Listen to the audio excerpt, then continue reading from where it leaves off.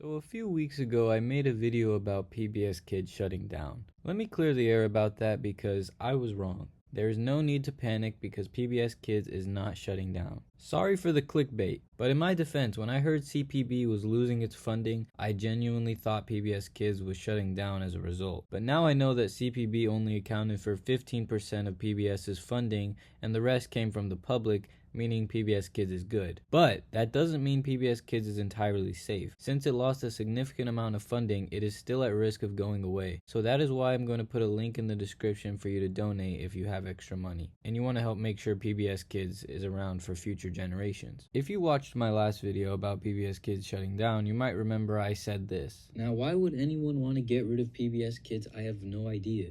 Well, I think I now know why. In this video, I'm going to talk about the horrible abomination known as PragerU Kids and how Donald Trump might want to replace PBS Kids with it. Now, when talking about why PBS Kids would ever be put in a position where it could be at risk, many people point to woke being the answer, saying things like, PBS Kids is too woke now, so that's why it has to go. When I was growing up, it wasn't like this, but now there's too much wokeness and blah blah blah blah blah blah blah. The people who say this must have never actually watched PBS Kids because this network has been progressive since its inception.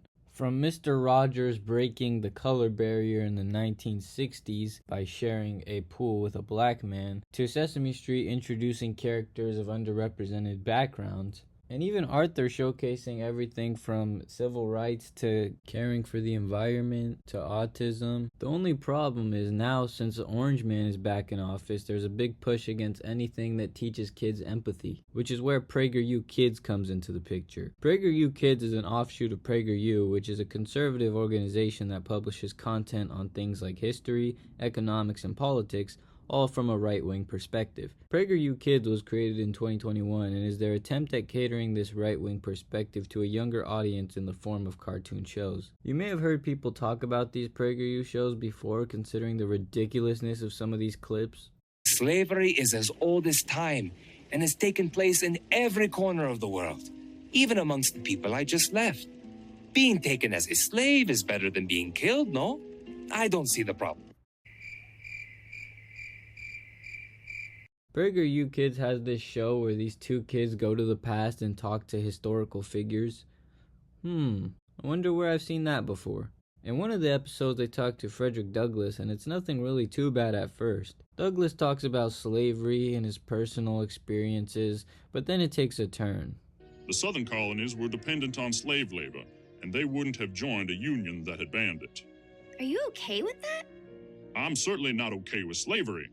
But the Founding Fathers made a compromise to achieve something great, the making of the United States. Basically, they are saying that slavery was bad, but it needed to happen or else there would be no America. Got it. That's one way to spin it. Let's compare this to a PBS Kids show that also features Frederick Douglass, Xavier Riddle and the Secret Museum. I plan on going places, and learning can take you anywhere. I learned my letters at school.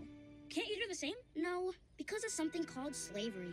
Being enslaved means I have to work for someone who isn't my mom or dad, and they tell me what I can and can't do. One of the things I can't do is go to school. That's awful! I guess I never realized how lucky we are to go to school. In this clip, we see the reality of Douglass's life, not being able to learn at school because of the color of his skin, but also teaching kids the importance of learning even in the face of adversity. That's Abraham Lincoln! I tell you, Mr. President, it is very important for everyone to have the chance to go to school and to learn. Don't you agree? Whoa, learning really can take you anywhere. It took Frederick Douglass all the way to the White House, where the president is now listening to his amazing ideas. So tell me, which one seems more like propaganda?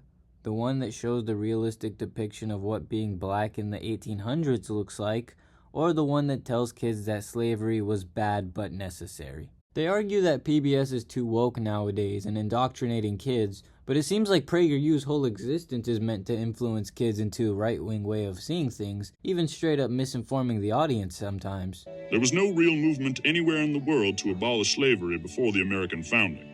Slavery was part of life all over the world. It was America that began the conversation to end it. PragerU Kids is already starting to become approved for educational use in schools, beginning with Florida in 2023. As of now, the states that have approved or partnered with PragerU Kids include Florida, Oklahoma, Texas, Arizona, Montana, Louisiana, South Carolina, Idaho, and New Hampshire. In Oklahoma specifically, starting this year, they're even implementing PragerU developed America First test to teachers in order to determine their ideologies and root out all the woke ones. And we wonder why Oklahoma just so happens to be ranked 50th in terms of education. It's just so stupid how crazy things are getting under the new administration. It seems like eventually kids of today might actually grow up with PragerU Kids on their TVs instead of the beloved PBS Kids that kids of our generations know and love. And it's safe to say that most people don't want that reality to ever happen. You can see a pattern though. First, dismantle the institution, and then create space for an ideological alternative. Trump's actions, from cutting CPB funding to championing conservative media, may be steps towards that shift. To find out whether this becomes reality or just remains speculation, we can only wait and see. But for now, all we can hope for is that the public media that we know and love can continue to fight and survive for as long as possible with our support.